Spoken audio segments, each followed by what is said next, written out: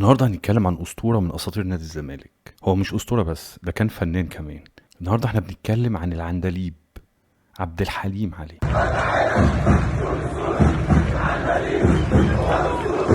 عبد الحليم علي هو أبرز لاعبين كرة القدم في مصر، مش في الزمالك بس، لا في مصر كلها، لا وكمان هو الهداف الأول لنادي الزمالك على مدار التاريخ. عبد الحليم علي اتولد يوم 24/10/1973، وده يفسر لنا رقم 24 اللي كان بيلبسه وهو بيلعب لنادي الزمالك. بداية عبد الحليم علي كان في نادي الشرقية للدخان أو إيسترن كومباني. لعب للشرقية للدخان من سنة 93 لسنة 1999، وبعديها انضم لنادي الزمالك.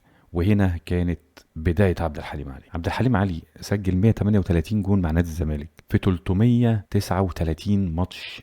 قدر يسجل 83 هدف في بطولة الدوري الممتاز، وسجل 16 هدف في بطولة كاس مصر، وقدر يسجل 26 جون في بطولات أفريقية للأندية، وقدر يسجل 13 جون في البطولات العربية. ومع منتخب مصر حصل معاهم على كاس افريقيا سنة 2006، ولعب كمان مع منتخب مصر العسكري، وفاز مع منتخب مصر العسكري ببطولة العالم العسكرية سنة 2001، وفاز مع منتخب مصر العسكري تاني ببطولة افريقيا العسكرية سنة 2004. بطولاته مع الزمالك، عبد الحليم علي فاز مع الزمالك ب 12 بطولة، وهم كالآتي، تعال نعدهم مع بعض. 3 بطولات الدوري المصري الممتاز سنة 2001، 2003، 2004. بطولتين لكاس مصر سنة 2002 وسنة 2008، وكاس السوبر المصري سنة 2001 و2002، وبطولة أفريقيا للأندية أبطال الكؤوس سنة 2000، وبطولة دوري أبطال أفريقيا سنة 2002، وكاس السوبر الافريقي سنه 2003، والبطوله العربيه للانديه سنه 2003، وكاس السوبر المصري السعودي سنه 2003. عبد الحليم علي عنده كمان القاب